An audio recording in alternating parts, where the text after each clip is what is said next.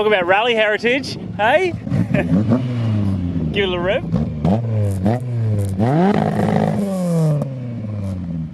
Sounds tough as. Had to keep with the period and go the Pinto. This is a 2.2.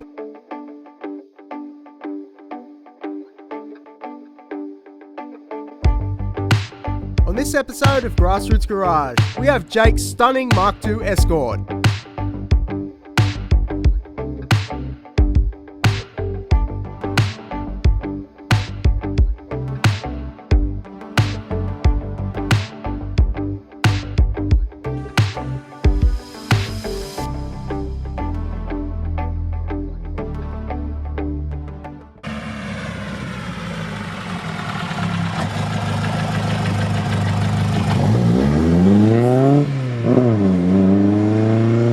Welcome to Grassroots Garage. We've got Jake today. Jake, thanks for your time, man. No worries, thanks for having me.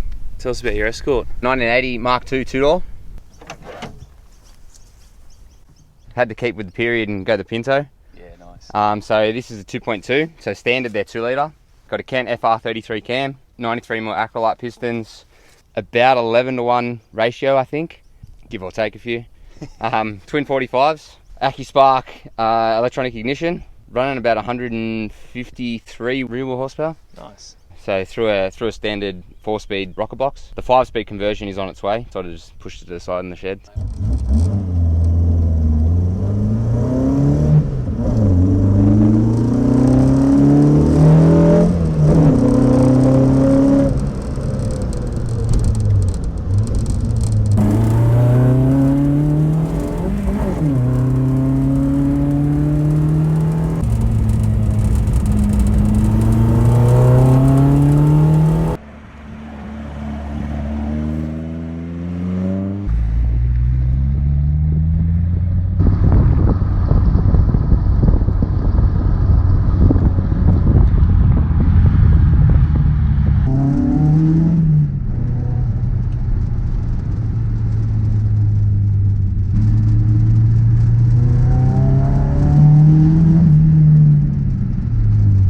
This was originally a 1600 car. Yep. I brought this over from Perth, November 2018, I think it landed in Sydney. It was a little bit of a drama getting it over here. Yeah, it was painted this blue. Yes, this blue, yeah. This is actually, I think it's a Ford Nitro XR6 colour. Nice, yeah. So obviously it's keeping the Ford theme and gone the Ford blue. There's a lot of things missing. There is definitely a lot of things missing. Batteries in the boot? Battery is in the boot. Running a Willwood pedal box setup. So when you go this Willwood pedal box, right? So there's no booster. How does it all? That's correct. Yeah. Right. So the master cylinders themselves are actually, they're sort of the size of the master cylinders are correct to the drum rear as I'm still running, and to the Willwood brakes on the front. Beautiful. Yeah, that looks sick, man. Really cleans out the engine bay, especially you got that really iconic. It definitely does, yeah. Yeah, you got that iconic heater bubble there, and especially with the sun hitting it. I mean, this camera's not the one to show that, but it's just, that looks magic. So Willwood's up front? Yeah. It's got the Willwoods on the front there. Beautiful. I wanted to keep the 13s, so I've just got a small Willwood kit. I mean, they do look good with 15s, but I think 13s just look so much more period. Yeah, I do too. So got the JBW mini lights on there, 0 offset, and then wrapped them in some V700s. Yeah, so it sticks to the road. Pretty good. Magic, mate. So what's the car's just going to be a street car? There's no. Yeah, definitely a street car. I will track it, I think, but just sort of want to enjoy it on the street and take it to some shows and let people see it and stuff like that. 100%. Luckily for me, I work with a guy. He does a lot of work with Jim Donahue at Specialty Engines down at down near Balmain. Beautiful. So and he used to build a lot of Formula Ford race motors back in the 70s, 80s. So he, as soon as he knew that I had an Escort, he's just like, "No, I want to build your motor." Sick. So yeah, he sort of gave me a bit of mates rates and helped me out there. That yeah, he done a pretty good job. Oh wow, look at that. That's sick. Is that an off-the-shelf thing? That is off the shelf. Oh man, that's so cool. So a lot of this stuff, as I mentioned before, you can pretty much just buy straight out of England. Yeah. Obviously, being a British car, They're still really big over there. Yeah. And they love them. So that was probably, I mean, it was probably about 700, 800 bucks landed. Yep. But that was the kit as it is there. So it really tidies it up and gets the drop tank away. I think this being 1300 or 1600 car actually had the side tank. Yep. So I don't think it ever had the drop tank, but helps you out because you can just run the straight through system with the exhaust and stuff like that. So, yeah. So pretty much, it's stripped back minimum. So I've gone for the sort of race car feel. It's got aluminium carbon trimmed door cards. It's got the Recaro seats in there. So I still have to have carpet to make it sort of feel a bit car-y. Yep. Standard dash. Pretty much it, eh? I got rid of the rear seat. Save on a bit of weight. Yeah, why not? Yep. Yeah, you don't need passengers, mate. Nah, absolutely not. Me back to 17, maybe even younger, 17-year-old Jake. Yep. And tell us about your first car. So, ironically, it was a Ford Escort. Pretty much, I was a first-year apprentice, and I was actually getting a bit over my parents driving me to work. And I was a late bloomer with getting my license. All my mates had already got it, and thought I'd go get a loan for a car. Walked out of the bank. It was only a small loan, so I didn't want to spend too much money being a first year apprentice. Actually walked out of the bank and I seen this Escort drive past, and I wasn't quick enough to get the phone out of the pocket and get the number. 3-4 weeks later, I actually was driving to work. My mum was driving me to work, and it pulled up next to us at the traffic lights. Magic.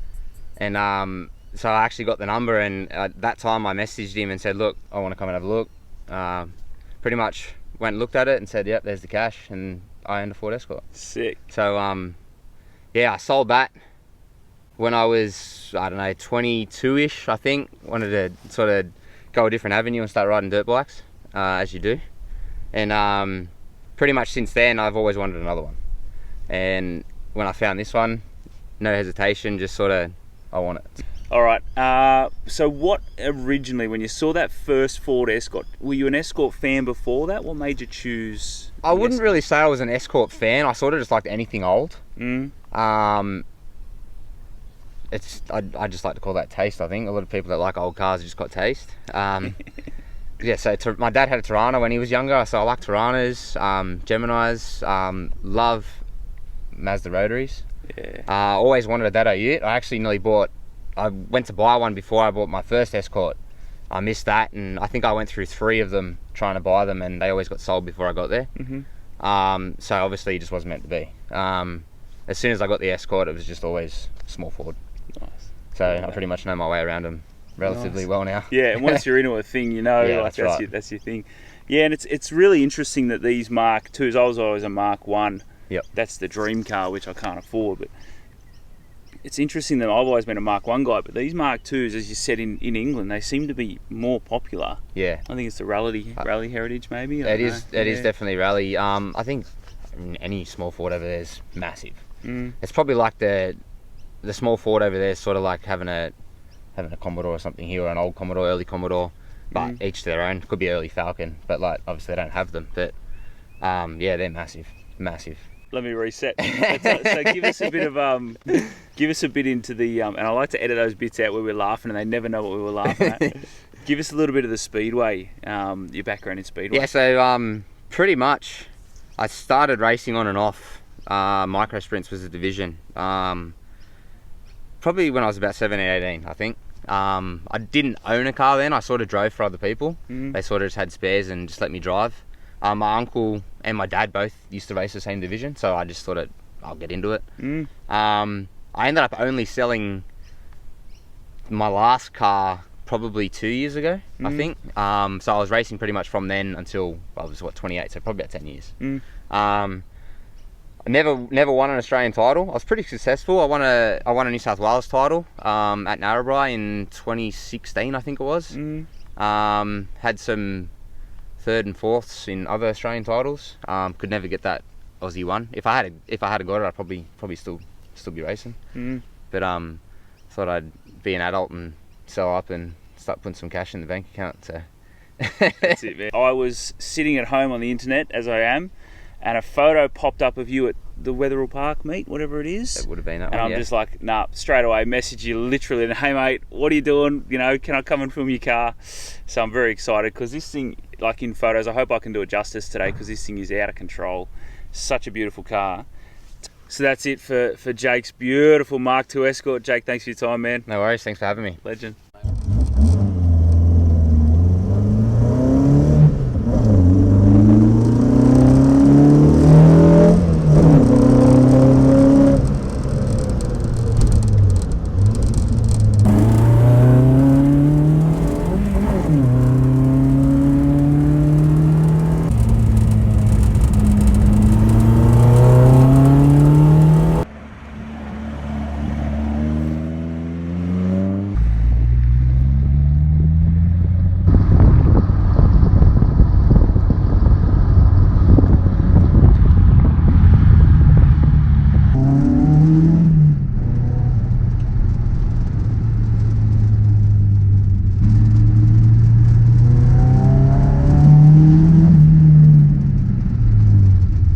That wraps up this episode of GRG, and as always, if you like what we're doing with the GRG project, don't forget to like, share and subscribe to all the socials. Thanks for watching and stay tuned for the next one.